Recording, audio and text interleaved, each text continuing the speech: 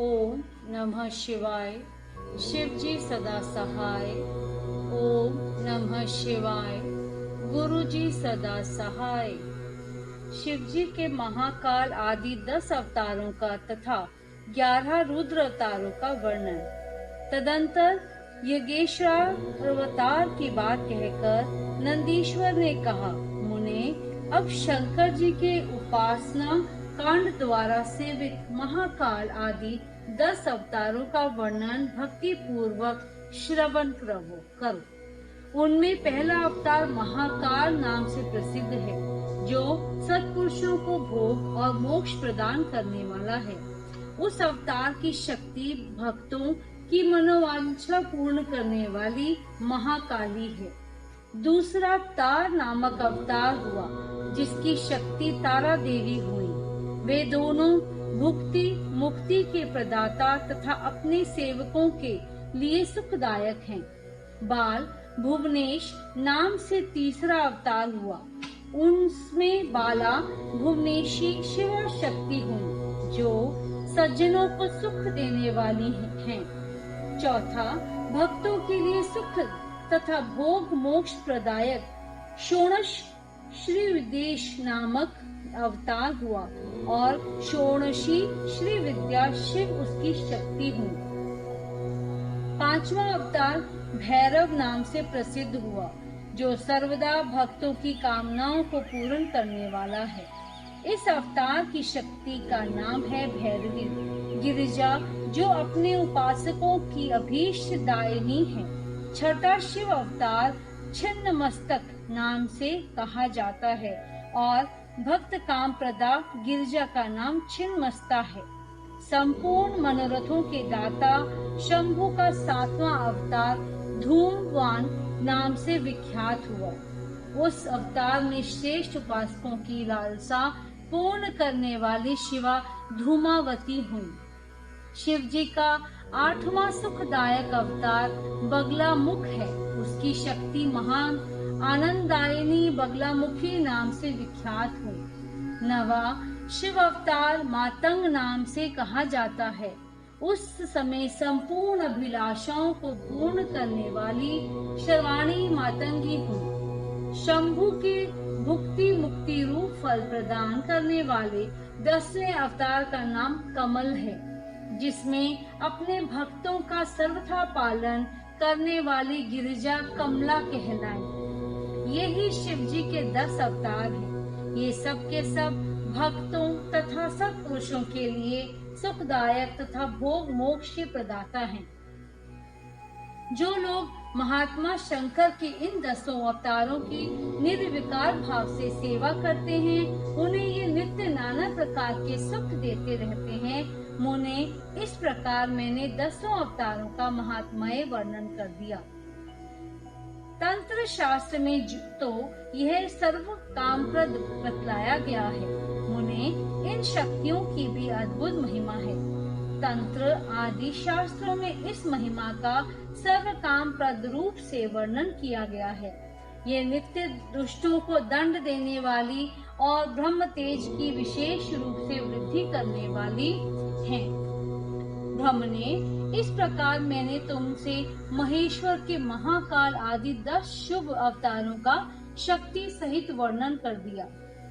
जो मनुष्य समस्त शिव पर्वों के अवसर पर इस परम पावन कथा का भक्ति पूर्वक पाठ करता है, वह शिव जी का परम प्यारा हो जाता है। इन आख्यान का पाठ करने से ब्राह्मण के ब्रह्मतेज की वृद्धि होती है, क्षत्रिय विजय लाभ करता है, वैश्य धनपति हो जाता है और शूद्र को सुख की प्राप्ति होती है। सब धर्म परायण शिव भक्तों को यह चरित्र सुनने से सुख प्राप्त होता है और उनकी शिव भक्ति विशेष रूप से बढ़ जाती है। मुने, अब मैं शंकर जी के 11 श्रेष्ठ अवतारों का वर्णन करता हूँ, सुनो। उन्हें श्रवण करने से त्याजित बाधा पीड़ा नहीं पहुंचा सकती। पूर्व काल की बात है, एक बार इंद्र आदि समस्त देवता दैत्यों से पराजित हो गए। तब वे भयभीत हो अपनी पूरी अमरावती को छोड़कर भाग खड़े हुए। यूं दैत्यों द्वारा अत्यंत पीड़ित हुए वे सभी देवता कश्यप जी के पास गए। वहां उन्होंने परम व्याकुलता पूर्वक हाथ जोड़ एवं मस्तक झुकाकर उनके चरणों में अभिवादन किया और उनका भली भांति स्तवन करके आदर पूर्वक अपने आने का कारण प्रकट किया तथा दैत्यों द्वारा पराजित होने से उत्पन्न हुए अपने सारे दुखों को कह सुनाया। तब उनके पिता कश्यप जी देवताओं की उस कष्ट कहानी को सुनकर अधिक दुखी नहीं हुए, क्योंकि उनकी बुद्धि शिव जी में आसक्त थी। उन्हें उन शांत बुद्धि मुनि ने धैर्य धारण करके देवताओं को आश्वासन दिया और स्वयं परम हर्षपूर्वक विश्वनाथपुरी काशी को चल पड़े। वहां पहुंचकर उन्होंने गंगा जी के जल में स्नान करके अपना नित्य नियम पूरा किया और फिर आदर पूर्वक उमा सहित सर्वेश्वर भगवान विश्वनाथ की भली भांति अर्चना की।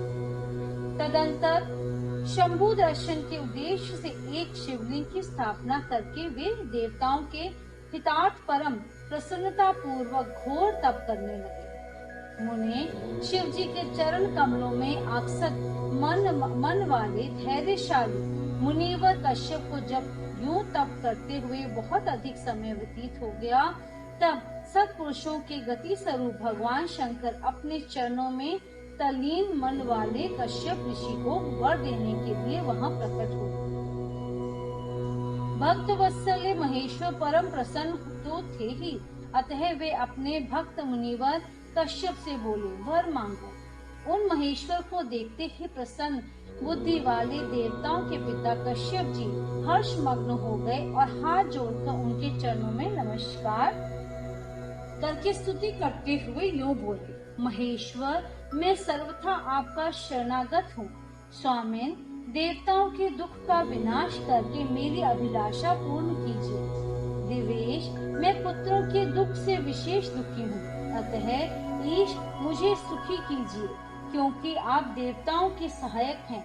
नाथ, महाबली दैत्यों ने देवताओं और यक्षों को पराजित कर दिया है, इसीलिए शंभो, आप मेरे पुत्र से प्रकट होकर देवताओं के लिए आनंददाता बनिए। नंदीश्वर जी कहते हैं, मुने, कश्यप जी के ऐसे कहने पर सर्वेश्वर भगवान शंकर उनसे तथेति ऐसा ही होगा यूं कहकर उनके सामने वही अंतर्ध्यान हो गए। तब कश्यप भी महान आनंद के साथ तुरंत ही अपने स्थान को लौट गए। वहां उन्होंने वह सारा वृत्तांत आदर पूर्वक देवताओं से कह सुनाया। तदंतर भगवान शंकर अपना वचन सत्य करने के लिए कश्यप द्वारा सुरभि के पेट से 11 रूप धारण करके प्रकट हुए। उस समय महान उत्सव मनाया गया, सारा जगत शिवमय हो गया। कश्यप मुनि के साथ साथ सभी देवता हर्ष विभोर हो गए। उनके नाम रखे गए कपाली, पिंगल, भीम, विरूपाक्ष, विलोहित, शास्ता, अजपाद, अहिबंधुन, शंभु, चंड तथा भव। ये 11 रुद्र सुरभि के पुत्र कहलाते हैं। ये सुख के आवास स्थान हैं तथा देवताओं की कार्य सिद्धि के लिए शिव रूप से उत्पन्न हुए हैं। ये कश्यप नंदन वीरवर रुद्र महान बल पराक्रम संपन्न थे। इन्होंने संग्राम में देवताओं की सहायता करके दैत्यों का संहार कर डाला। इन्हीं रुद्रों की कृपा से इंद्र आदि देवगण दैत्यों को जीतकर निर्भय हो गए।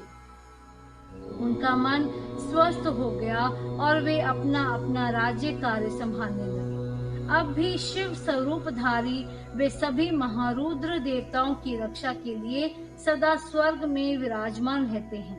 तात, इस प्रकार मैंने तुमसे शंकर जी के 11 रुद्र अवतारों का वर्णन कर दिया। ये सभी समस्त लोगों के लिए सुखदायक हैं। यह निर्मल आख्यान संपूर्ण पापों का विनाशक, धन, यश और आयु का प्रदाता तथा संपूर्ण मनोरथों को पूर्ण करने वाला है। अध्याय 16, 17 और 18 संपूर्ण।